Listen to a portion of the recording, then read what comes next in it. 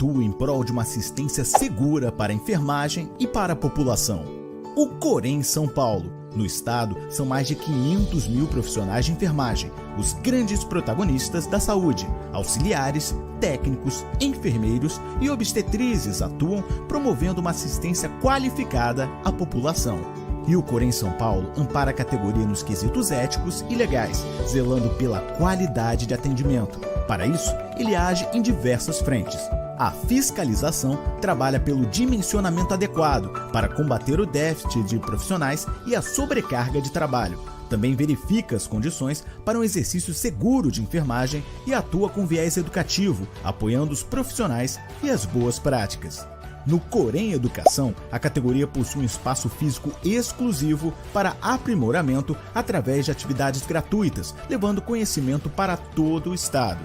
A nossa rede de atendimento cresce a cada ano, com unidades em diversas regiões do estado, garantindo mais acesso e comodidade aos inscritos. No Corém São Paulo, a enfermagem tem grandes aliados, os conselheiros. Além de participarem das plenárias para deliberar temas relacionados à profissão, elaboram pareceres técnicos, realizam palestras, conduzem desagravos públicos e incentivam a formação das comissões de ética. A enfermagem cuida diariamente da população e se dedica a promover uma assistência de qualidade, e o Corém São Paulo se dedica a acolher e representar da melhor forma a enfermagem paulista. Conte com o Corém São Paulo para amparar os profissionais na missão de cuidar das pessoas, com uma assistência de excelência. Olá pessoal, boa tarde a todos e todas, sejam muito bem-vindos e bem-vindas ao Corém Sem Fronteiras. Hoje eu, Vanessa Morrone Maldonado, conselheira, estarei aqui fazendo a mediação desse webinário, que é muito importante. Nós tivemos várias solicitações dessa temática, então para a gente hoje vai ser um prazer receber a nossa palestrante Maria Aurélia da Silveira Assone. Boa tarde, Maria Aurélia. Boa tarde, Vanessa. Tudo bem? Seja bem-vinda ao Corém Sem Fronteiras. Agradeço por estar aqui. É uma honra receber esse convite. Estou muito feliz. Nós que agradecemos. Eu vou apresentar a Maria Aurélia. Ela é mestre de ensino em saúde, supervisora da atenção primária na cidade de Barretos, aqui do interior de São Paulo, coordenadora da educação permanente e da especialização em gestão e liderança em enfermagem, e ela faz também a coordenação lá da educação permanente do Hospital de Amor. Então, para a gente é um prazer, e vamos falar um pouquinho sobre a educação permanente e as questões voltadas para a atualidade, né? Isso. Vamos falar um pouquinho sobre os nossos desafios, né? Eu agradeço muito por esse convite, por esse tema, né? Quem é de educação, quem é um líder, sabe da importância que existe, né? Você liderar pessoas e você educar pessoas, fazer educação. E também é um desafio. Acho que esse tema foi bem tranquilo para mim, porque falar de desafio, a gente tem muitos, viu? Vários, né? Você vai ter que me chamar um outro momento para falar, e aí, o que fazer depois desse desafio todo, né? Vai ser uma reflexão aqui para a gente, mas é verdade, Aurélia, assim, nós tivemos, várias pessoas sempre mandam para a gente no direct, solicitando, fala um pouquinho de educação permanente, educação continuada. Eu já atuei também por 6 anos na educação continuada, o permanente, a gente sabe que dependendo da instituição, a nomenclatura vai mudar, mas é realmente um desafio grande, porque é através da educação permanente que a gente consegue aí manter a equipe de enfermagem atualizada, né, que ela conheça os protocolos institucionais e também, às vezes, dependendo, né, da área de atuação, os protocolos dos órgãos reguladores. Então, eu acho muito importante e queria agradecer pelo seu aceite ao nosso convite, não deixando de lembrar quem está nos assistindo, tanto pelo Facebook como pelo YouTube, se quiser mandar a mensagem para Maria Aurélia, ao final a gente vai comentar aqui as perguntas e ela vai respondendo aqui o nosso bate-papo, tá bom? Fique à vontade para sua apresentação. Já vi que tem pessoas conhecidas e muito queridas, a Patrícia está aí entrando, Mari, que obrigada, legal, viu, pela participação aí, que bom. Vai ser muito bom, todos que quiserem...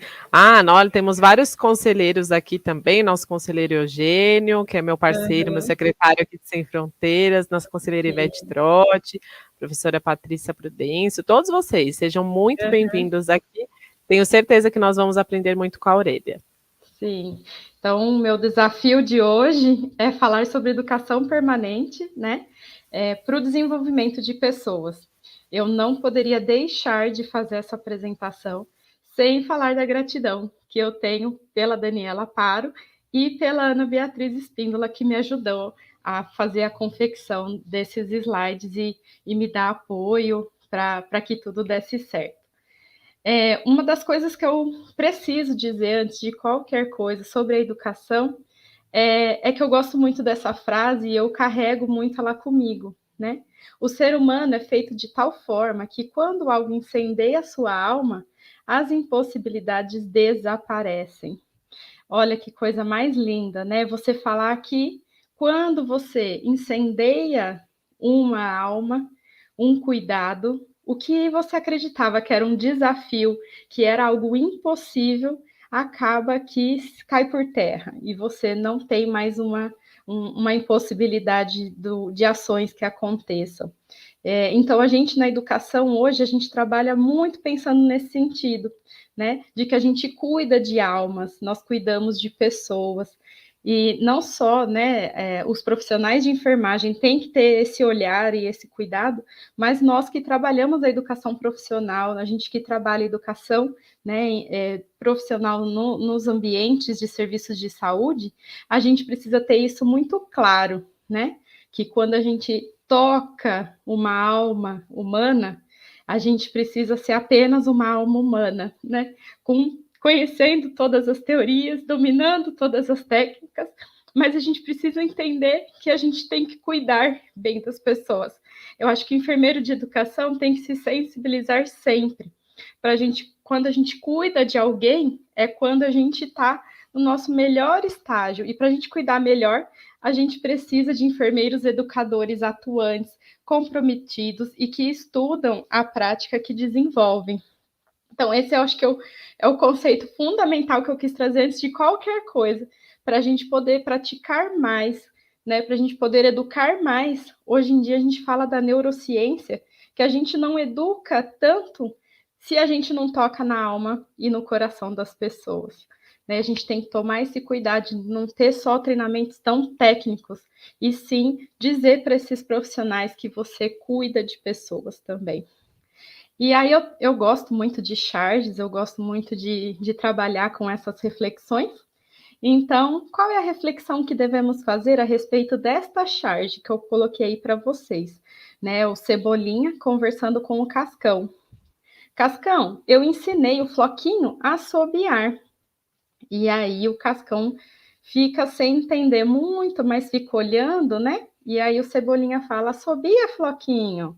Né? E o Floquinho não assobia. E o Cascão fica muito sem entender o que é que está ocorrendo, né? E aí Cebolinha tira uma onda aí com o Cascão e fala, eu disse que eu tinha ensinado, não que ele tinha aprendido.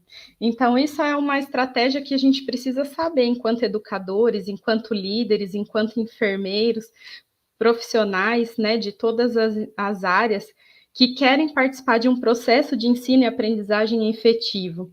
Não adianta só a gente ensinar e acreditar que o outro aprendeu. A gente tem, hoje em dia, a educação é uma ciência.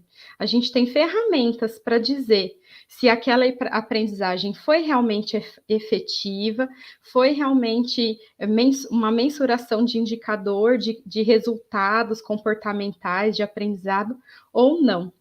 Né? Então, o educar nesse processo de trabalho hoje, por conta dessa questão de eu não vou só ensinar, a pessoa também precisa aprender o que está sendo proposto, a gente precisa ser criativos, né? Para que as pessoas queiram nos escutar, né? Hoje em dia, o mundo globalizado requer que as empresas cada vez mais busquem profissionais que queiram aprender e se desenvolver.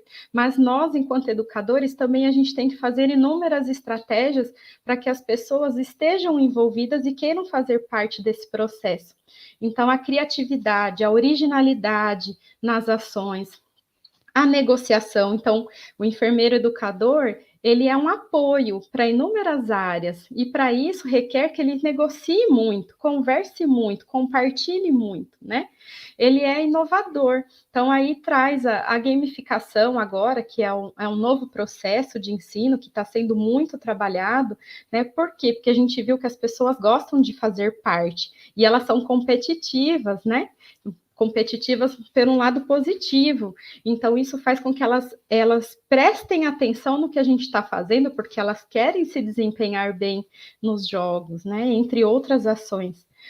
O trabalho em equipe é fundamental, né? Você, enquanto educação, poder conversar com outras equipes. A flexibilidade cognitiva também, nós temos que ser flexíveis nos horários, flexíveis nas conversas, flexíveis nas tomadas de decisão também são importantes. O enfermeiro educador, por ele estar envolvido durante muitos processos, ele tem que ser assertivo nas suas tomadas de decisão. Tem que saber resolver problemas de todos os âmbitos, né? Na sua grande maioria, os educadores são enfermeiros, não somente enfermeiros, mas na sua grande maioria. E a gente já carrega na nossa formação uma gestão, né? Um conceito de administração, mas a gente também tem que ser líder e saber resolver problemas, né? Gestão de pessoas, pensamento crítico em relação ao que já temos de processo para poder propor melhorias do que já existem. E hoje em dia se fala muito da aprendizagem ativa e não só passiva, quanto o profissional protagonista do seu cuidado. É ele querer cuidar de uma prática que não é empírica, e sim por que eu estou fazendo isso desta maneira? Eu li numa evidência científica que foi assim? Eu li numa aprendizagem baseada em problemas que foi assim? Ou eu fiz isso porque um professor me ensinou e tem que ser desse jeito, ou meu colega quando eu entrei, entre outras ações que são realizadas. Então, eu gosto muito dessa figura, a educação multiprofissional, né? Múltiplos olhares, fortalecendo a prática. O educador, ele precisa entender que cada ser humano é único e a gente tem que tratá-lo de diferentes formas e momentos, porque cada um tem a sua experiência. E falando de ser humano, a gente fala dos profissionais. Cada profissional pode estar numa fase diferente de evolução em relação à educação que ele desenvolve. Então, eles têm oportunidades diferentes, experiências diferentes, vivências diferentes.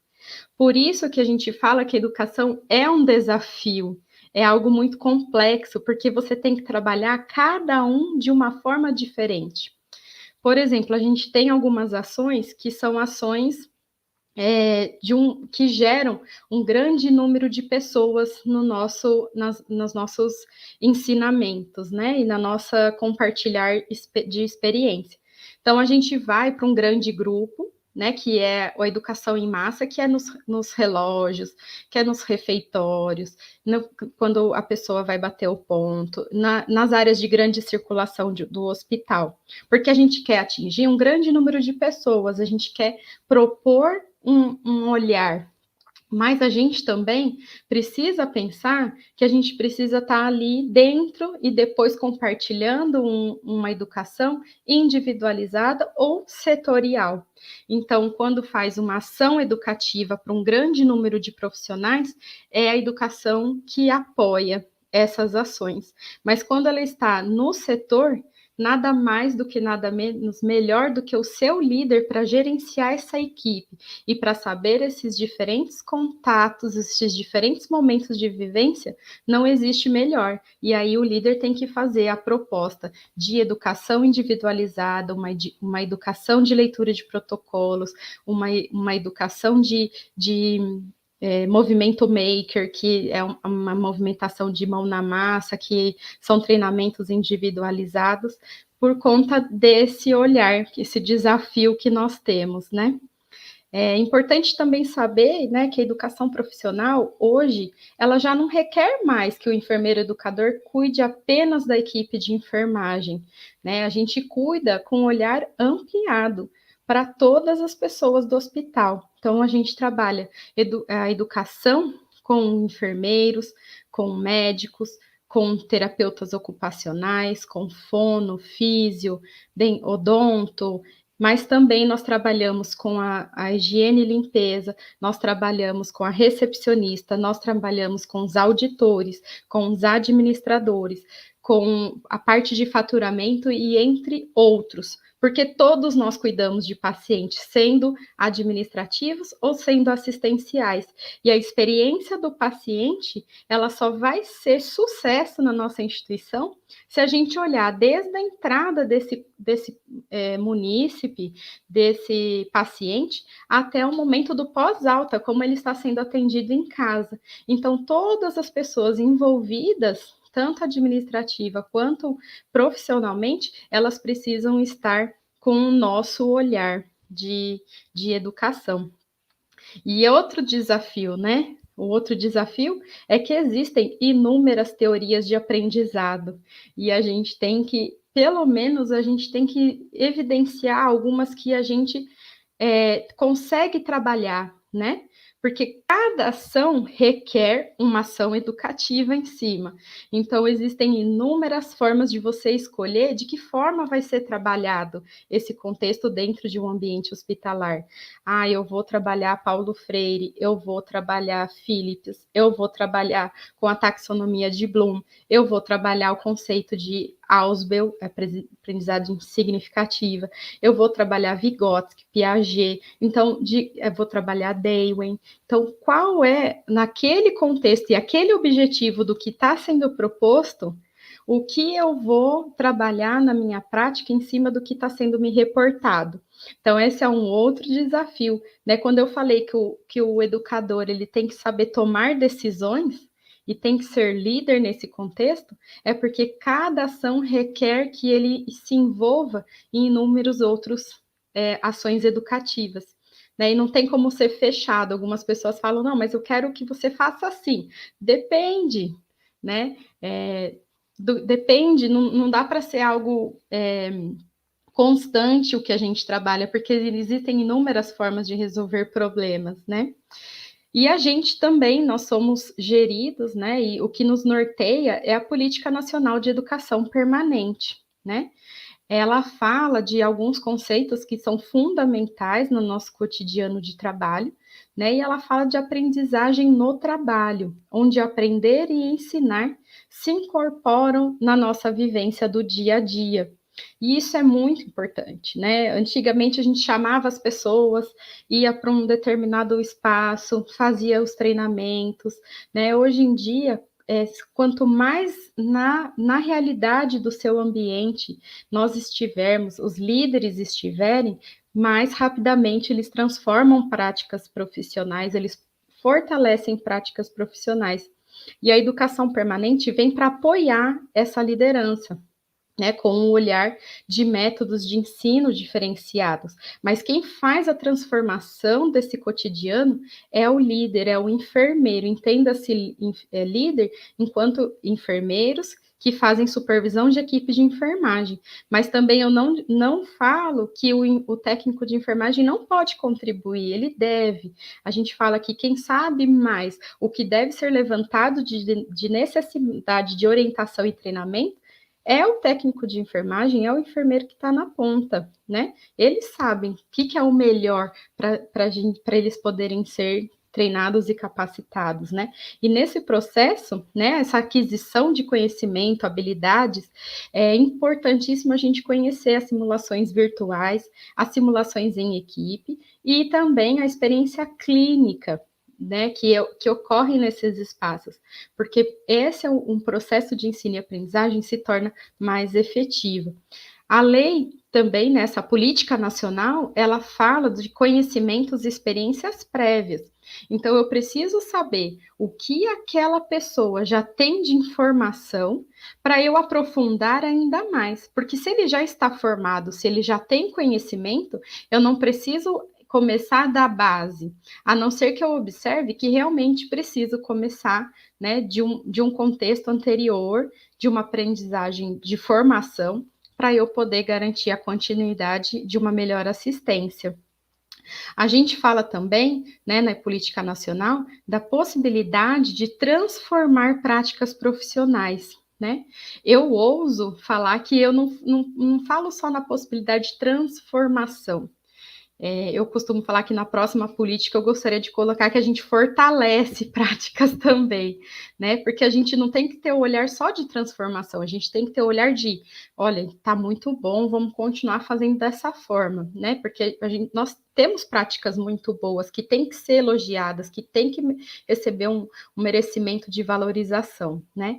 E aí essa figura da frigideira e com o peixe, né? Eu gosto de contar essa história, é de um menino que pergunta para sua mãe, mãe, por que você corta a cabeça e o rabo do peixe quando você frita o peixe? Ah, porque a sua avó me ensinou a fazer desse jeito, né? Então vai lá para Dona Marli e fala, Dona Marli, por que a senhora corta a cabeça do peixe e o rabo do peixe? Ah, porque a minha frigideira era pequena e eu tive que fazer dessa forma, senão não cabia o peixe na frigideira, né? E ele conta essa história para sua mãe e a sua mãe fica sem entender. Nossa, era por isso, mas a minha frigideira não é tão pequena assim, né? Então eu posso fazer diferente. Eu posso manter o peixe inteiro, eu não preciso descartar essas partes, né? Então, é uma história que evidencia bem essa parte de transformação. Por que ele descobriu isso? Porque ele se perguntou e ele se permitiu fazer a pergunta e ir em busca de uma resposta, né? Ele não se contentou só, porque eu sempre fiz assim, né? E a enfermagem, a gente tem que considerar que muitas práticas que a gente faz, a gente pensa dessa maneira, mas eu sempre fiz assim, né? E a gente pode fazer diferente. E eu também trago essa figura que eu gosto muito, que fala da educação como uma atividade meio, né? É uma atividade que trabalha em roda de conversa, é uma atividade de apoio, ela não é uma atividade fim. Ela tem que causar reflexão, ela tem que causar estranhamento, ela tem que causar desestabilização para ir em busca de se estabilizar novamente e a gente conseguir fazer uma prática melhor. E também essa política nacional, ela nos diz que a gente tem que fazer uma aprendizagem significativa, né? E aí eu trago uma charge também, que o pai de Calvin, ele fala, sua mãe e eu vimos seu boletim, achamos suas notas muito ruins, podem melhorar. Aí Calvin responde, mas eu não gosto da escola. E o pai fala, mas por quê? Você gosta de ler e de aprender, que eu sei. Ele fala, você já leu tudo que é livro sobre dinossauros, aprendeu muito, não é? Ler e aprender não é divertido? E o pai continua, então, por que você não gosta da escola? Aí ele responde, porque lá a gente não lê sobre dinossauros, né? É uma coisa engraçada, mas ao mesmo tempo, assim, qual é o significado para o Calvin ir para a escola e assistir outras coisas? Ele quer mesmo aprender dinossauro, né? É uma brincadeira, mas na verdade a gente fala da aprendizagem significativa porque tem que o pai deveria fazer com que tocasse nele a vontade de aprender outras coisas, né? E o professor também, sendo o professor um guia, um norte e alguém que pode contribuir com essa motivação, com essa ideia dele ir buscar novos conhecimentos, né? Tentar procurar outros animais, por exemplo, e entre outras coisas.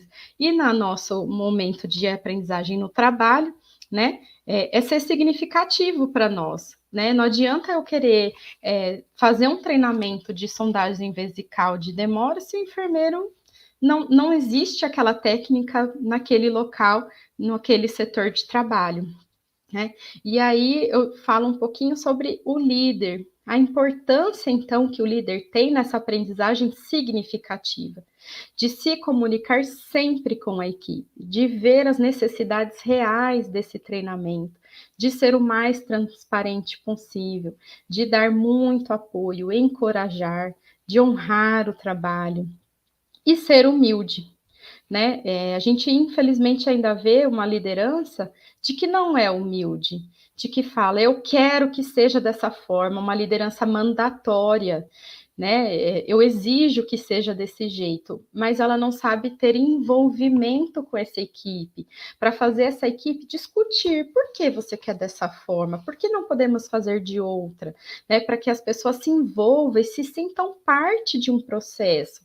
Vamos definir juntos o que pode ser feito, né? Olha, tem muita notificação nesse hospital, tem muito evento diverso.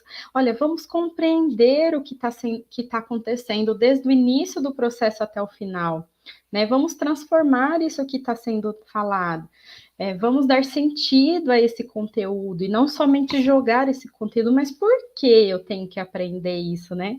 Mas por que isso é importante para mim? Mas por que isso tem acontecido? Né? Os porquês são muito importantes. Esses argumentos de mostrar importância é muito importante, né? Os desafios de um líder para a sua equipe, para fortalecer essa educação permanente, é imenso, mas quanto mais próximo ele tiver e quanto mais ele souber que o líder, o enfermeiro, ele precisa saber articular, cuidar, gerenciar, educar, ele consegue transformar isso muito melhor, o seu envolvimento da sua equipe, né?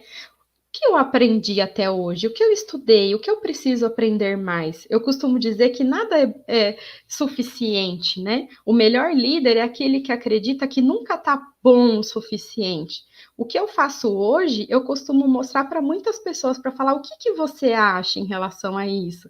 Né? Eu tive a ajuda da Dani, da Ana e da Érica, da minha equipe, porque eu falei, o que eu posso melhorar em relação a isso? E se eu ver amanhã essa apresentação de hoje, eu vou falar, poxa, eu podia ter colocado isso, eu podia ter tirado aquilo. Então, a gente tem que ser humilde, a gente tem que saber liderar a equipe para um cuidado, para o ensino, para a pesquisa, porque é assim que a gente fortalece ainda mais as práticas que são realizadas nos setores, né? Liderar em equipe para um cuidado humanizado e com o compromisso de todos. E por isso a importância da roda de conversa, né? A gente fala que educação permanente, ela é feita também nos cafés, né? É lá onde as pessoas se sentem mais à vontade e conseguem compartilhar mais as suas dificuldades. Por que a gente fala que o líder tem papel fundamental nesse processo? Porque é o líder que eles enxergam como ele está na mesma dificuldade, ele sabe daquele setor melhor do que ninguém, né? Chega um educador dentro de um setor e fala o que eu tenho que fazer, né? Quem é a Maria Aurélia para falar essa forma é a melhor forma de você desempenhar? A Aurélia não está lá trabalhando como os outros dentro daquela unidade. Quem sabe melhor?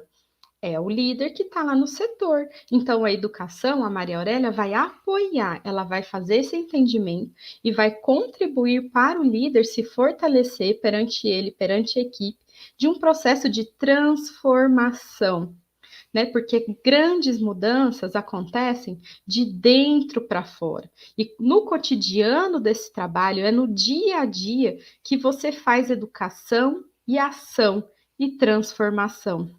Né, que um grãozinho de milho vira uma pipoca, né? É quando você tem essa transformação de práticas. Uma outra coisa importante de falar é a retenção de conhecimento. Né? Então, antigamente, a gente fazia muita educação continuada nos hospitais, né? Ia numa sala específica, colocava uma palestra, fazia leitura de algo, utilizava recursos visuais, demonstrava alguma prática. A gente conseguia atender 30% de retenção de conhecimento, porque eram práticas de que as pessoas se tornam passivas. E o que a gente precisa hoje? Que o aprendizado seja ativo. Por que não uma discussão em grupo, fomentar uma pergunta antes de fazer uma prática, praticar esse conhecimento e o valor máximo do que a gente tem? Quando a gente ensina, é quanto mais a gente aprende. E o que isso significa, Aurélia? Eu já fui enfermeira de educação continuada, eu já fui enfermeira que fazia essa prática. E se vocês compararem, se vocês trabalham em hospitais, aí o pessoal que está assistindo, coloque aí no chat como é que era essa prática, né? Quem detinha o maior conhecimento? Quem falava assim, nossa, essa menina é inteligente, era enfermeira de educação, né? Por quê? Porque ela tinha que estudar antes de fazer todo o processo educativo, né? Então, vamos supor, me chamam para fazer uma ação na UTI neonatal. Então, eu tinha que estudar qual era a ação que tinha que ser feita, ia lá e replicava aquela ação. Só que quem domina mais a UTI? São as pessoas que estão lá na ponta ou eu? São elas. Então, o que a gente faz hoje com esse aprendizado ativo? As pessoas que estão lá ensinam as outras pessoas, mas elas procuram educação para ver, esse método que eu vou aplicar é suficiente?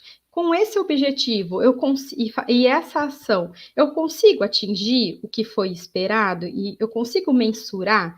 De que forma você acha que a gente pode mensurar essa resolução de treinamento, né? Você acha, então, aí a gente vai conversando com esse líder, com esta equipe, para fortalecer as práticas que são deles, né? O que antigamente era um treinamento para o hospital inteiro, um por mês, porque a enfermeira não dava conta de ficar manhã, tarde, noite, hoje a gente conta com multiplicadores, porque a gente acredita nessa evidência científica que a gente estuda e é compartilhada. Então, o educar, né? Aí tem essa figura dizendo criar, pensar diferente, pesquisar, estudar, dê valor à minha curiosidade, talento, arte, interesse. Digo não a uma educação que só me ensina a memorizar conteúdos. A memorização é muito importante, né, na infância. Acho que ela faz parte também, mas não é só ela. A gente não pode contar só com ela. A gente precisa contar com aquelas inúmeras outras teorias que existem, que a gente tem que ter conhecimento para a gente poder propor ações. E eu gosto muito de estudar a neurociência, e esse é um outro slide que está à direita de vocês, né? Que são as ativações cerebrais, quando você olha, quando você ouve, quando você fala. E olha lá, quando você pensa a respeito das palavras, né? A ativação cerebral é muito mais trabalhada. Então, isso é importante para a gente saber que não é só olhar e ouvir e falar, a gente tem que também refletir. E aí a gente fala muito sobre, né, no treinamento de pessoas, sobre o chá, né? Mas agora a gente ousa um pouquinho mais. A gente fala de conhecimento, né? Do conhecimento de evolutivo, cognitivo. A gente fala de habilidades, né? Desenvolvimento de contínuo, de novas competências. E a gente fala de atitudes, para que as oportunidades aconteçam de formas alternativas, né? A motivação, então a realização pessoal, é uma fonte de orgulho para a pessoa, também é importante. O amor, que valoriza os relacionamentos e vínculos que existem. Então, como eu falei, a neurociência hoje, ela fala que sem tiver sentimento envolvido, é mais difícil com que as pessoas aprendam. E eu ousei aí, Maria Aurélia, como eu ouso falar da política nacional, eu também ousei a colocar um R nesse chama aí e coloquei o chamar.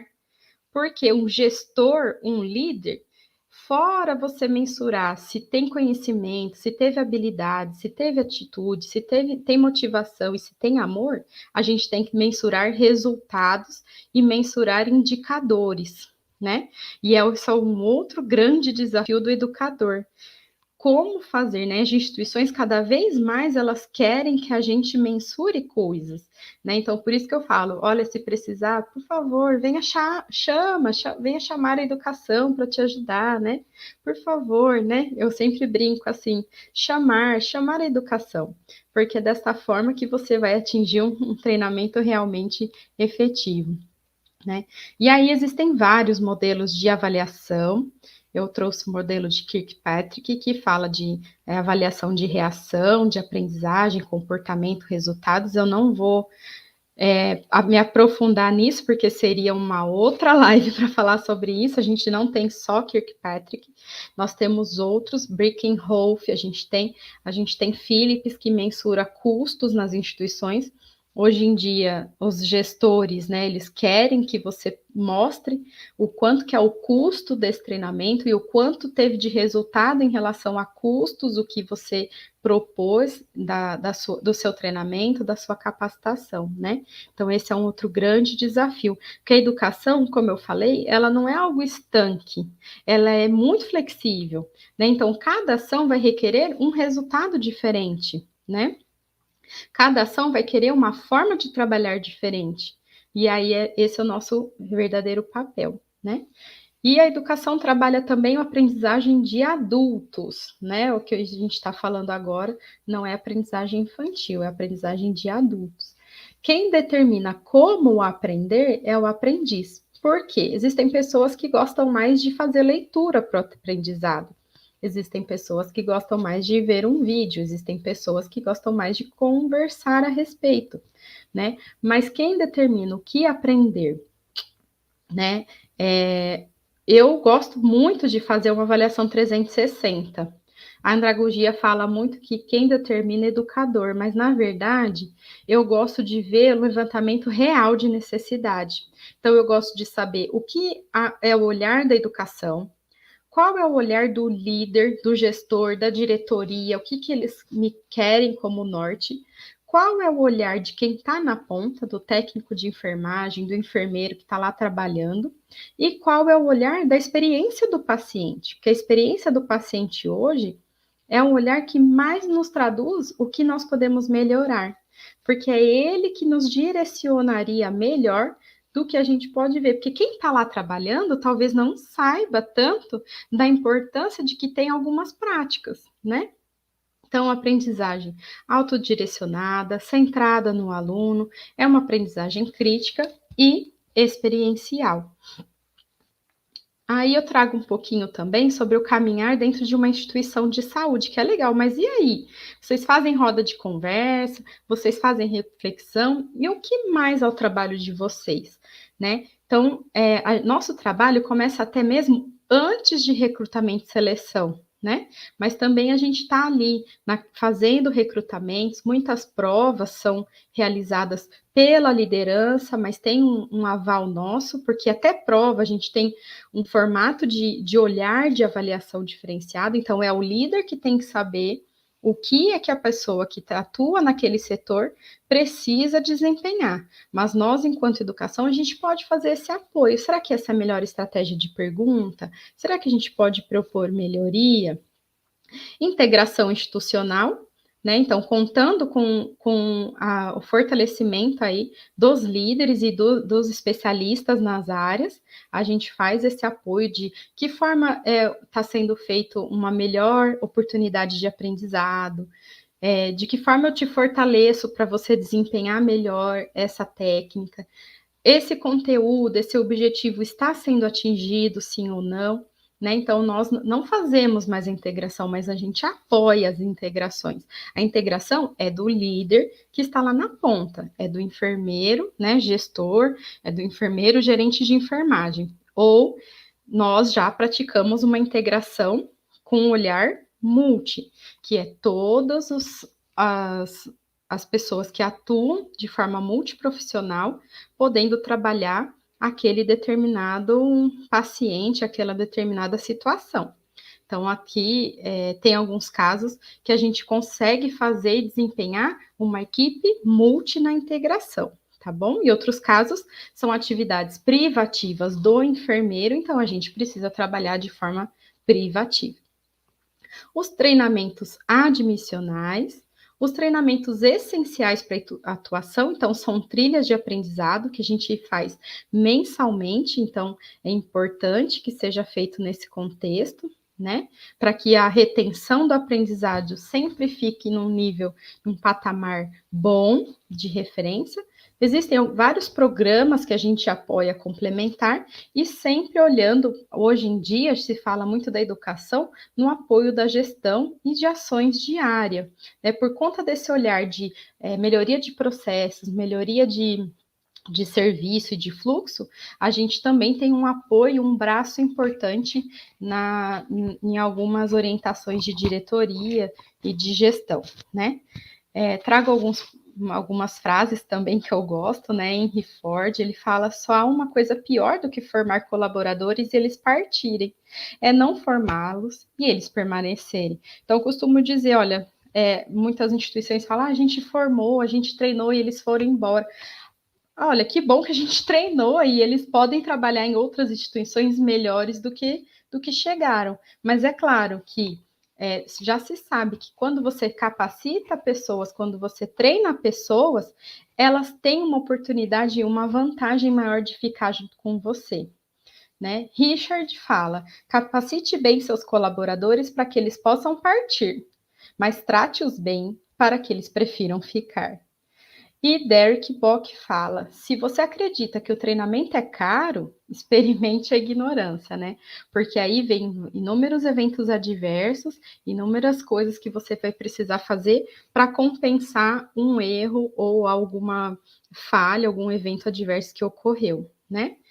Como auxiliar os seus profissionais, então, neste processo de desenvolvimento, né? Como que a gente apoia esse líder? O líder são presentes, né? Ele tem que saber dar feedbacks, né? Eu costumo dizer que feedbacks são presentes que a gente recebe, né? E feedback hoje em dia é diário.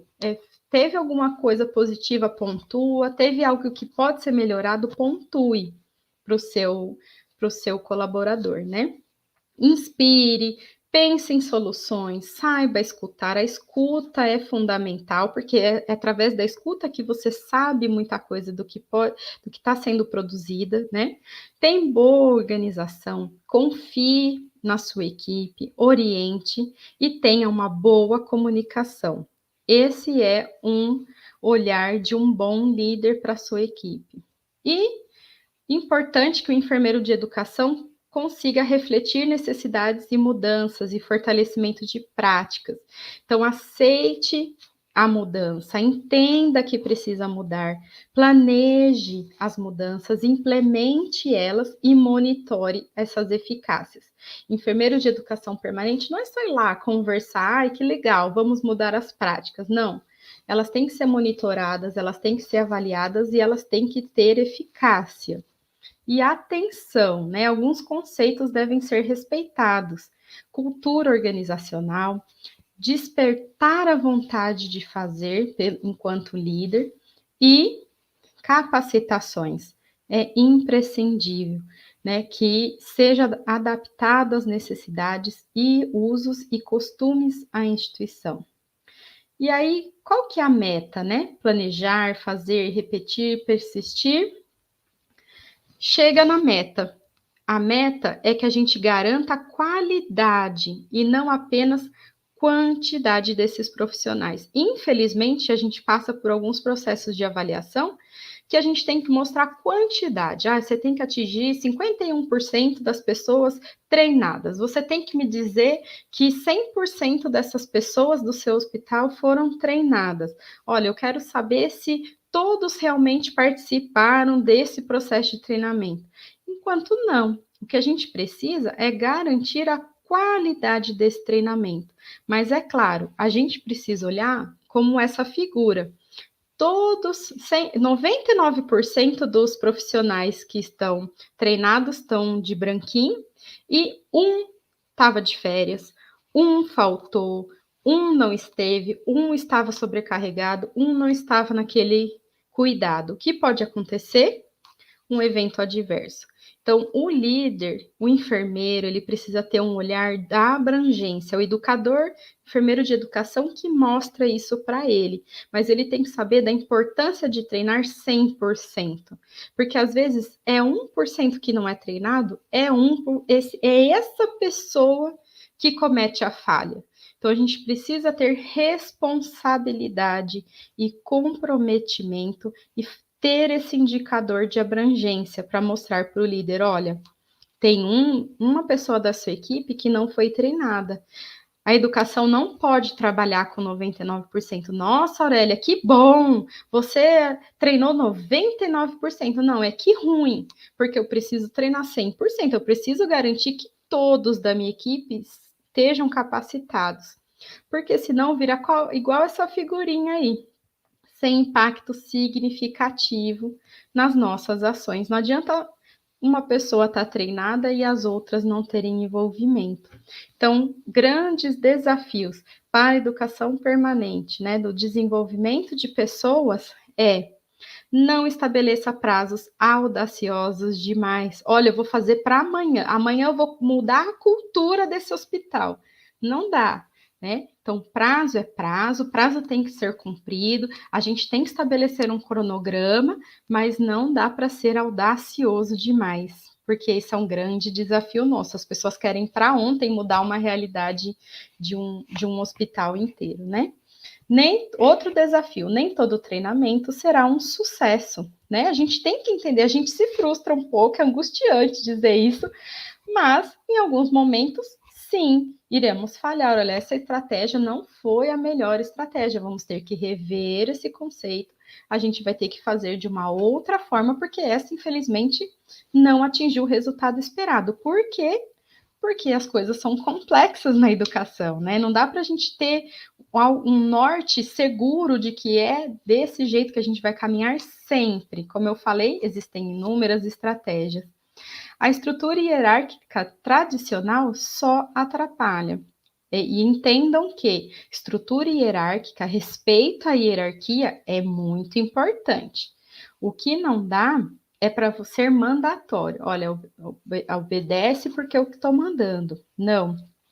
Trabalhar em roda significa respeitar a realidade e a vivência de todos. Muitas vezes os gestores resolvem problemas importantíssimos porque estão ouvindo a ponta. Eles vão para o Gemba. Aí o pessoal que está fazendo o projeto Lean lá com a gente, sabe, eles vão para a ponta, eles vão para a prática. É lá que a gente tem que saber onde que estão as nossas maiores deficiências e aonde a gente pode melhorar. Preste atenção aos sinais do mercado, né? Agora, com essa pandemia, a gente teve que correr atrás de plataformas diferenciadas, né? Educação online, enfim. Aí o pai do Kelvin tá falando, era uma vez, ele fala, peraí. E o pai dele fala, o que foi? Este livro é o best-seller? O autor ganhou o prêmio Pulitzer? O New York Times recomendou esse livro? Eu só quero ouvir histórias que sejam consagradas. Quem escreveu a orelha deste livro? Né, a resenha. O pai fala, bem, era uma vez um moleque chato que passou a ir dormir sem ouvir histórias. E ele fala, fizeram um filme desse livro? Daria para a gente ver o vídeo? Então, quer dizer, as pessoas estão buscando coisas ágeis, lógico, a leitura, ela precisa acontecer. É através da leitura que a gente ganha novas palavras no nosso vocabulário, que a gente vê evidências científicas. Mas a gente, enquanto educação, a gente precisa entender de evidência científica também. O que falava lá em 2007? Que uma pessoa prestava atenção num vídeo de 11 minutos. Depois, em 2011, falou, olha, elas estão prestando atenção num vídeo de 9 minutos. Depois andou mais um pouquinho o tempo, 5 minutos. Agora eu tenho para mim que depois, menos que 4 minutos, é o que você tem que fazer de educação, porque depois disso, eu acho que fica difícil a pessoa não passar um pouco para frente, já não desfoca, já pensa em outra coisa, infelizmente, né? E a gente tem que garantir que a gente está fazendo bem isso, né? A gente está indo de encontro a isso, né? Essas novas atitudes profissionais. Escolha atributos significativos, né? Qual é o meu? Né? Tá vendo a pontinha do narizinho do filhinho dele, né? E aí a gente tem que... Aquela história que eu falei, que cada um é um ser humano único e diferenciado, né? E a gente tem que dar significado para cada um. Né? A gente tem que falar que aquele acolhimento é um acolhimento, precisa acolher diferente. A gente precisa cuidar diferente, sim. Né? A equidade no cuidado, né? Não é a igualdade, é a equidade no cuidado. O que serve para um profissional pode não servir para o outro, né? Como diz essa figura, um tá lá com a cabecinha para fora, enquanto o outro vai pôr, dá uma cabeçada na frente do poste. Quer dizer, a gente precisa saber que, como as borboletas, né, que eu mostrei no início, cada um está numa fase diferente, né? Busque soluções eficientes, mas cuidado, né? Um outro desafio. O Calvin aí, ele foi tomar banho, só apertou a descarga e achou que estava tudo certo, né? Não, né? A gente precisa ver que tem algumas soluções que são melhores, né? Mais eficazes, mais eficientes. Seja inovador e aproveite as oportunidades. Aí o meu filhinho aí aproveitando para engatinhar, já aproveita e limpa a casa, né? E eu acho que a educação também requer isso, né? A educação, como eu falei, ela pode se dar em qualquer espaço. E a gente tem que aproveitar essas oportunidades de reflexão, de melhoria, né? Pensar fora da caixa é importantíssimo para qualquer enfermeiro de qualquer local. Escolha a ferramenta mais adequada para a situação. A esposa esperando o marido chegando aí, né? Se ele está atrasado, bêbado, se ele está com marca de batom. Eu acho que isso é educação, né? Escolher a ferramenta mais adequada. Por quê? E essa é a complexidade, o desafio, porque nós temos inúmeras ferramentas que podem ser trabalhadas. Soluções técnicas nem sempre podem ser implantadas. Então, Einstein aí com as inúmeras fórmulas dificílimas que ele nos traz, mas ele continua não entendendo as mulheres, né? Então, algumas questões técnicas a gente precisa garantir melhoria. Ajuda online pode ser útil, né? Aí a gente tem uma infinidade de aplicativos e plataformas, né, de gestão de conteúdo educativo, de avaliação de aprendizagem. Nossa, a gente usou muitas plataformas diferentes, Zoom, a gente usou Teams, a gente usou Telegram, a gente usou o Meet, a gente usou várias interações, como Jamboard, Kahoot, enfim, né? Foram inúmeros os jogos, inúmeras estratégias, Prezi, PowerPoint, que a gente usa para fazer diferenciação, porque hoje o mercado ele quer que a gente seja ágil também, né? E diferente. Mas não acredita em tudo que vê, né?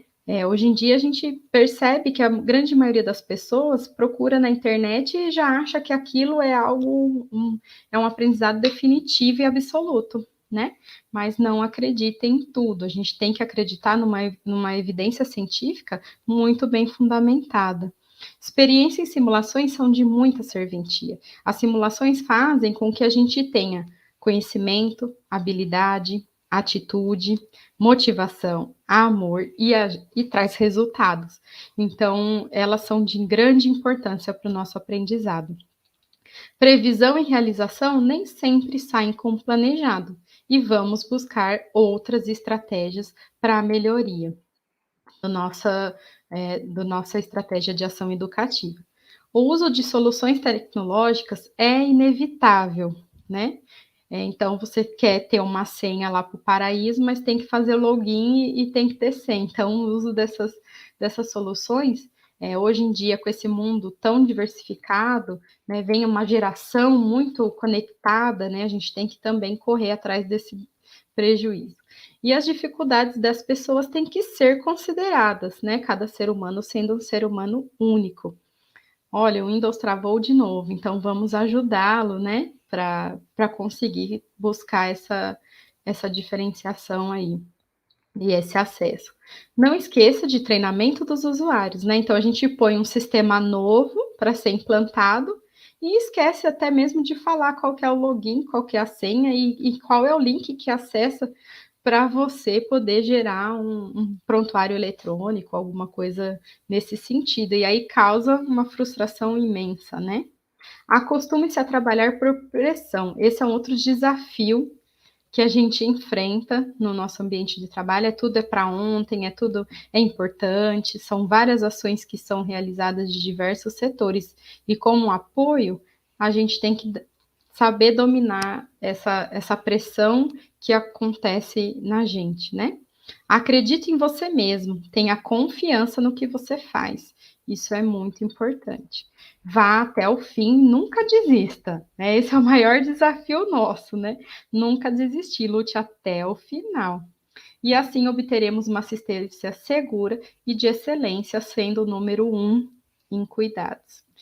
Tem uma frase que eu gosto muito: indicadores ideais é aqueles que se transformam em pontes, são os apoios que acontecem, né? E convida as pessoas a cruzar esta ponte, depois de ter facilitado sua passagem com alegria e colapso, incentivando a criar pontes e partir de suas próprias atitudes. E eu deixo uma frase final que eu gosto demais, que a decoreba é como paixão. Ela passa e você esquece. Mas o verdadeiro aprendizado é igual ao amor. Este sim fica para sempre. Então, eu espero que essa conversa de hoje, a gente vai conversar um pouquinho ainda com a Vanessa, mas eu espero que ela seja transformada em amor, para que um pouquinho que vocês tenham adquirido de conhecimento tenha um verdadeiro aprendizado e que fique para sempre. Ai, que delícia! Ai, muito obrigada, Aurélia, foi fantástico, né? Não, isso reflete aí as várias perguntas que eu tenho para te passar. E também a gente, como eu falo, né, o Sem Fronteiras é realmente sem fronteiras. Temos o pessoal do Corém Goiânia, os nossos conselheiros do Corém Goiânia, a Lisiane, que é da Bahia, e tantas outras pessoas aqui do interior de São Paulo, aqui da capital. E realmente falar um pouquinho de educação continuada é uma área que eu já atuei, eu sinto muito apreço. E como foi bom você trazer esse olhar ampliado, porque realmente a gente pensa, né, ainda lá na educação continuada, que é aquela coisa pequenininha, a educação permanente, ela realmente toma uma proporção muito maior, né, e o quanto os enfermeiros são importantes como multiplicadores, junto com toda a equipe multi, mas a gente sabe que aí temos grandes desafios. Eu posso passar para você as perguntinhas, aí a gente vai conversando? Pode sim. Então, tá bom. As mais fáceis, tá? Ah, não, mas todas você vai tirar de letra, que tudo que você falou aqui foi ótimo. Ó, a Lilian, ela é nossa parceira aqui, a Lilian Aranha, ela está sempre conosco, nossa apoiadora aqui do Corém São Paulo, e ela pergunta assim, quais são os desafios da andragogia, né, se há um método que facilita a homogeneização para o aprendizado? Obrigada, Lilian, pela sua participação. Bom, os desafios para o ensino do adulto, acho que foi tudo isso que foi explanado e um pouquinho mais, né? Sim. Acho que o principal processo é fazer com que a equipe se sinta parte desse contexto, sinta que é protagonista, sinta que algo que é empírico tem que ser evidenciado, né? E sinta que ele pode fazer parte e ele pode fazer uma diferença do que faz, né? Se tem uma notificação alta de algum evento adverso, vamos nos preocupar com isso. O que eu posso fazer para melhorar? O que eu posso fazer para contribuir ainda mais com isso, né? Acho que o desafio da aprendizagem de adultos é justamente o envolvimento da equipe para esse olhar, né? E se tem um método que facilita a homogeneização desse aprendizado, eu acho que é como eu falei, né? Os métodos são muito diversos. E a complexidade da educação é justamente por conta disso, né? Não, e cada um acaba, a gente, como gestor e como educador, a gente consegue também ter essa percepção de quem consegue ir melhor em tal método, o outro consegue melhor. A gente, né, essa questão individualizada, ou esse olhar, a gente, como é importante essa proximidade de estarmos na ponta também, eu acho que isso também ajuda, né, Aurélia? Sim, acho que é fundamental. Nós educadores, a gente não pode ficar só olhando de fora, né? A gente tem que estar lá, entendendo esse processo. É importante que a gente tenha essa prática para a gente poder guiar isso melhor também, né? Com certeza. Eu vou passar uma perguntinha também da Karen Alessandra. Ela pergunta assim: eu gostaria de saber se o enfermeiro formado em educação continuada pode ser contratado como educador no hospital, por exemplo, ou ele atua apenas nas escolas de enfermagem? Obrigada, Karen, pela pergunta. Sim, eu acho que é inerente, né? O enfermeiro, graduado, né, ele pode atuar em qualquer serviço de saúde, e ele pode atuar em qualquer setor de instituição da instituição, tanto do nível primário, secundário, terciário, quaternário. Então, ele pode, sim, trabalhar na educação. O que normalmente a gente vê é os hospitais pedindo pelo menos de 6 meses a 1 ano na assistência, para a gente poder ter um olhar melhor de alguns procedimentos e que ele possa ter um direcionamento melhor em relação a isso. Com relação à destreza mesmo, né, Aurélia? E, inclusive, dentro do nosso Código de Ética de Enfermagem está lá que nós somos educadores, né, por formação, né, assim como os técnicos e auxiliares, que eu achei muito importante que você colocou, porque aqui, geralmente, no Sem Fronteiras, temos as 3 categorias, enfermeiros, técnicos e auxiliares nos assistindo, mas também eles participam, né, eles têm essa expertise, até porque quantas vezes a gente chega num setor, quem acaba nos auxiliando e quem tem essa prática, né, de alguns procedimentos, acaba sendo a categoria dos técnicos e dos auxiliares, lógico, desde que esteja bem estabelecido, conversado, mas é dessa forma. Tem mais uma perguntinha, na verdade é um elogio da Cristina, que é a nossa conselheira lá do Corim Goiás, que ela mandou.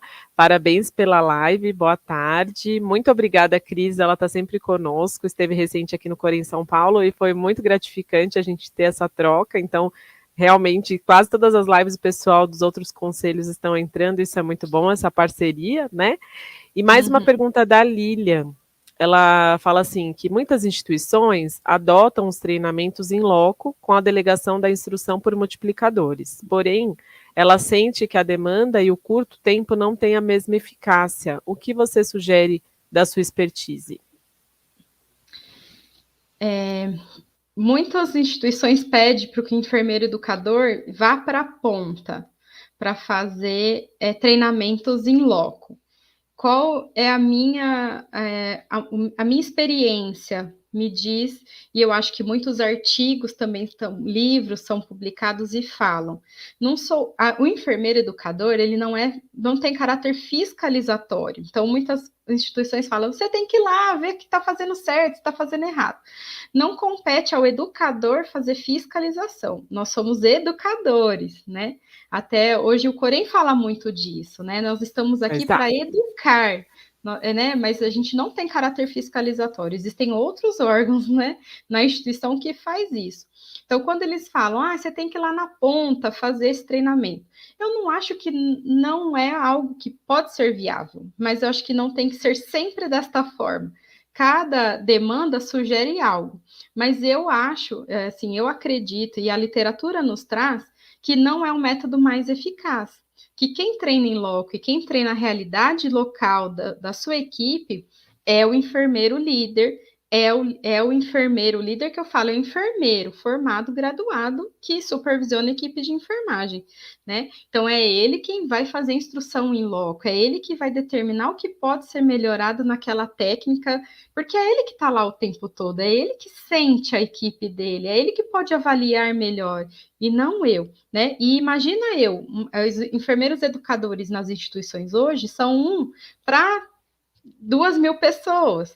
E você imagina o que sou eu, tendo que ir em loco fazer esse treinamento nesse setor, o tempo que eu vou ter para fazer todo esse acesso, todo esse cuidado para garantir aquele 100% que eu falo da equipe.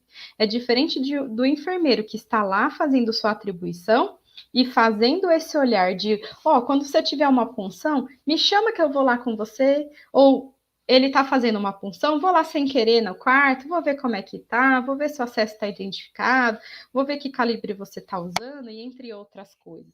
Então, a gente vê hoje em dia que esse enfermeiro, ele tem esse papel de pesquisa, de cuidado, de gerenciamento e de educação também por conta disso.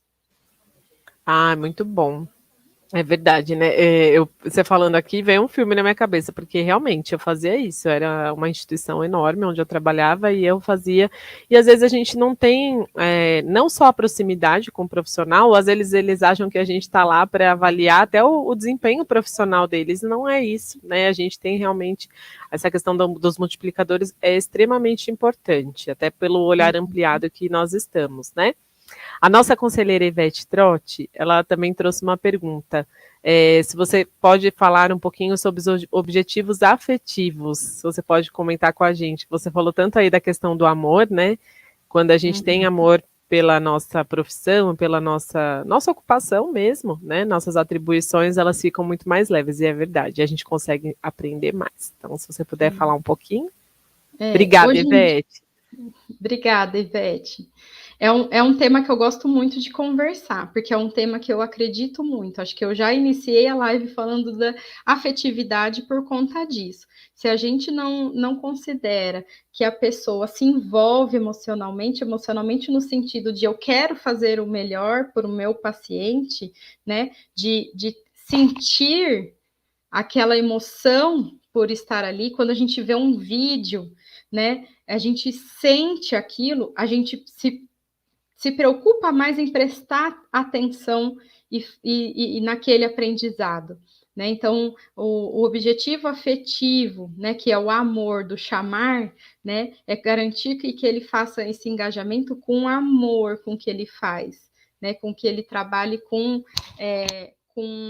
sentimento ali naquele cuidado. Não quero dizer que todo mundo tem que chorar para fazer cuidado, não é nada disso, mas ele precisa se sensibilizar sim, ele precisa ter empatia por aquilo, saber qual é a experiência melhor daquele paciente, querer fazer a diferença. Os objetivos afetivos, eles vêm para dar para o colaborador uma noção muito maior de emoção. E a aprendizagem hoje da neurociência fala que quando você trabalha a emoção, você tem uma educação, né, uma efetividade de resultados educativos muito maior, porque as pessoas sentem, né? Hoje em dia a gente é tão robotizado, tudo tão mecânico, que quando você trabalha essa afetividade, você tem um resultado muito melhor no seu treinamento. Ai, obrigada. Ela agradeceu aqui, viu, pela devolutiva. E também tem mais uma pergunta aqui, também do nosso conselheiro Eugênio. Ele pergunta assim: quais as ferramentas ou qual a ferramenta que o enfermeiro pode usar para certificar que o profissional absorveu o conhecimento transmitido? Existem inúmeras formas da gente verificar isso. Por exemplo, a gente pode usar a avaliação de reação, que é uma avaliação que você pergunta para ele: olha, você entendeu esse treinamento? É aplicado no seu trabalho? Você acredita que teve um método certo? Você teve um conhecimento? Foi adquirido? Então, a gente faz uma avaliação de reação. No momento em que ele realiza aquele treinamento, ele me diz como é que foi esse resultado. A gente também pode certificar através de pré-testes e pós-testes. Então, eu faço um pré-teste, vejo como foi, eu aplico um treinamento e depois eu faço um pós-teste imediato àquele treinamento. E o certo, pela curva de retenção de aprendizado, de Ausubel, a gente tem cálculos matemáticos que evidenciam isso, né? Então, de que forma vai garantir que essa porcentagem de retenção de conhecimento fique efetiva? Então, a gente teria que fazer isso um mês seguinte, na semana seguinte, depois no mês seguinte. Por isso que a gente faz pré-teste de 6 meses e depois faz um outro pré-teste após 1 ano, porque a gente vai comparando cada porcentagem de aprendizagem e ver se foi transmitido de forma ideal ou não. A gente pode fazer também a evidência de aprendizado, então é esse do pré-teste. A gente pode fazer o comportamental, então junto com a liderança verificar se naquele momento o comportamento teve diferença, então, não, comportamental tá tendo atitude, está sendo diferenciado a prática que está sendo estabelecida, e a gente também pode mensurar com resultados. Esse é o que fala o Kirkpatrick. Então, a gente vai mensurar se o evento adverso que estava ocorrendo diminuiu, se a mortalidade que estava tendo diminuiu, se aquela auditoria que estava ocorrendo pela qualidade mostrou resultado efetivo, como que foi o olhar do líder em relação a isso, os indicadores que trazem de uma lesão, tá ok ou não, e entre outras coisas, né? São inúmeras as formas, aí cada ação requer um olhar diferente do educador. Que bom, e inclusive outro dia a gente estava conversando, a nossa conselheira Ariane também, ela é da Rebraensp, é de Ribeirão Preto, inclusive ela está aqui nos assistindo, ela é de educação permanente. Aí, Ari, a Maria Aurélia conseguiu responder a sua pergunta, que a gente estava conversando esses dias sobre esses indicadores, e é isso mesmo, né, a gente precisa atentar também, e o que é importante, né, Aurélia, falar dessa equipe multi, então, comissão de controle de infecção, qualidade, a questão, né, dos indicadores, auditoria, enfim, todo mundo trabalha junto com a educação permanente, porque a gente não trabalha sozinho, né? Isso é muito importante. Eu vou ler agora só uns comentários, tá bom? Para você que foram feitos aqui. Nós tivemos uma grande audiência, fiquei muito feliz, eu tinha certeza disso. Mas, assim, muitas pessoas aqui te elogiando, participando. O Sebastião, o Leôncio, ele agradeceu, falou que legal. É isso aí, ele falou que legal, parabéns, professora. O Adriano também colocou assim, boa tarde, obrigada pela iniciativa educacional Corém São Paulo fazendo a diferença. Nós que agradecemos, Adriano, e eu fico muito feliz porque eu tinha certeza que a Aurélia trazia um conteúdo incrível. A nossa conselheira Ivete Trotti também, enfermagem vive um desafio, e é verdade, porque muito dessa temática, né, Aurélia, eu acho que fica muito subnotificada, a gente não aborda tanto, né, hoje em dia a gente também não vê muitas cursos de pós-graduação ou especialização, há uns anos atrás ainda tinham alguns, eu acho que hoje, lógico, essa questão da multiprofissionalidade também ela abrange aí, mas não é tão específico, então o enfermeiro de educação permanente às vezes fica um pouco perdido, não tem ainda um direcionamento, né, vamos trazer aqui um grupo de trabalho, vamos falar para o nosso presidente trazermos um grupo que eu acho que super válido, né. A Vanessa Miranda falou assim, boa tarde, acompanho todas as palestras. A Ellen Alves, excelente temática, parabéns. A professora a doutora Patrícia Prudêncio colocou sensacional a frase, ela agradeceu, falou que você é uma profissional, uma pessoa admirável, Aurélia, eu também concordo, professora Patrícia. A nossa professora também, que esteve com a gente recente, a Mariana Cabral, ela falou que amou essa questão do chamar, eu também adorei, vou começar a usar, inclusive a questão dos resultados, que é muito, muito bacana. Então, assim, muitas pessoas, a Cláudia Regina colocou uma ótima aula, parabéns, Corém, pela iniciativa e pelo conteúdo, agradeço aí a nossa palestrante, né, que foi excelente. E a Lisiane, que é lá da Bahia, ela colocou, né, excelente abordagem sobre educação permanente, aqui na Bahia pouco se discute sobre o tema e quase não temos acesso a cursos de formação na área. E é o que eu falei, né, Lisiane, aqui em São Paulo também não é muito diferente, eu acho que o contexto no nosso território, né, a gente precisa abordar mais essa questão da educação permanente. Ó, a Thaís de Jesus, ela falou que é de Porto Alegre, está aqui conosco, obrigada, Thaís. A Tainá Silva, parabéns, Aurélia, meia aula. Tive aula contigo na graduação em 2014 e você continua com a mesma doçura e ética profissional de sempre. És uma profissional incrível. Que gratidão. Obrigada. Tá vendo? Muito bem dos meus alunos. Olha, que legal. Obrigada, viu, Tainá, pela participação. A Juliana Cesarete dos Santos falou que ela é enfermeira de SCH e a nossa missão também é ser educação continuada, a Juliana de São Paulo. É o que eu falei, a gente realmente trabalha muito junto e esse é muito gostoso. Quando nós temos esse alinhamento, né, com relação a toda a equipe e estar empenhados em levar a educação para os nossos profissionais. Faz toda a diferença na instituição, né? A gente vê isso aí. A Aurélia tem uma equipe incrível, eu conheço quase todas as meninas e sou fã. Precisamos trazer mais pessoas, né? A Cláudia também colocou, Cláudia Regina, você é uma excelente enfermeira e professora. Aurélia, parabéns pela sua aula e amor com que ensina seus alunos. Que lindo! E é isso, gente. Eu queria agradecer, a Aurélia, foi incrível, realmente para mim. Obrigada. Não, acho que não só para mim, para todos que estavam acompanhando aqui no Sem Fronteiras, né, nessa segunda-feira, e vamos trazer mais vezes a Aurélia, porque realmente foi um sucesso. Ela é incrível. Obrigada. Deixo a palavra para você finalizar aqui conosco. Eu agradeço todo o carinho. Nossa, quanto aluno especial aí, de muito... Nossa, meu Deus, agora acho que evidenciou algo aí, viu? De muito tempo. Não, imagina.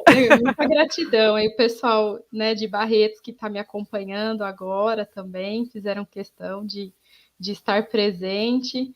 E, assim, na verdade, eu tenho pessoas muito queridas. É muita gratidão, é o que eu sinto, por toda a amizade, por todo o profissionalismo que eu tenho de muitos amigos. E agradeço muito a você, Vanessa, que sempre nunca desistiu de mim. Gente, ela é muito concorrida, viu? Mas ela é uma pessoa que, sempre que eu peço ajuda e solicito alguma colaboração aqui no Corém Sem Fronteiras, ela sempre está comigo. Eu não tenho... Foi um presente de 2021 aqui, viu, Aurélia? Então, é uma gratidão mesmo. A palavra é gratidão. E a última frase mesmo que eu coloco, né? Que a gente tem que ter amor.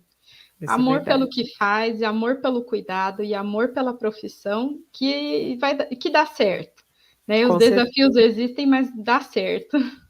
Com certeza, e isso é reflexo, a gente vê que realmente você faz com muito amor e com muita dedicação, né? Isso é o reconhecimento que você está tendo na tarde de hoje. Então, mais uma vez, muito obrigada. A Amanda colocou aqui, que é conselheira lá do Corém Goiás, e agradeceu a temática abordada. Amanda, muito obrigada, viu? A Ivete falou que a Aurélia é um Aurélio em educação permanente. Com certeza. Foi ótimo. Sou brincalhona, adorei essa frase. Ó, vai pegar, hein? Vai pegar. Ivete, muito obrigada. Eu fico muito feliz quando a gente leva a informação e lembrando para vocês que essa webinar vai ficar salva aqui na nossa página no YouTube, compartilhem com os seus pares, né? Não deixem de acompanhar a nossa programação, dezembro aí está recheado, mas vamos fechar novembro com chave de ouro com essa aula super incrível da Aurélia, viu? Muito obrigada, Aurélia, fico à disposição, tá bom? Sempre, o Corém São Paulo está sempre de portas abertas. Obrigada, grata. Boa tarde a todos, viu, gente? Fiquem com Deus. Ótima tarde.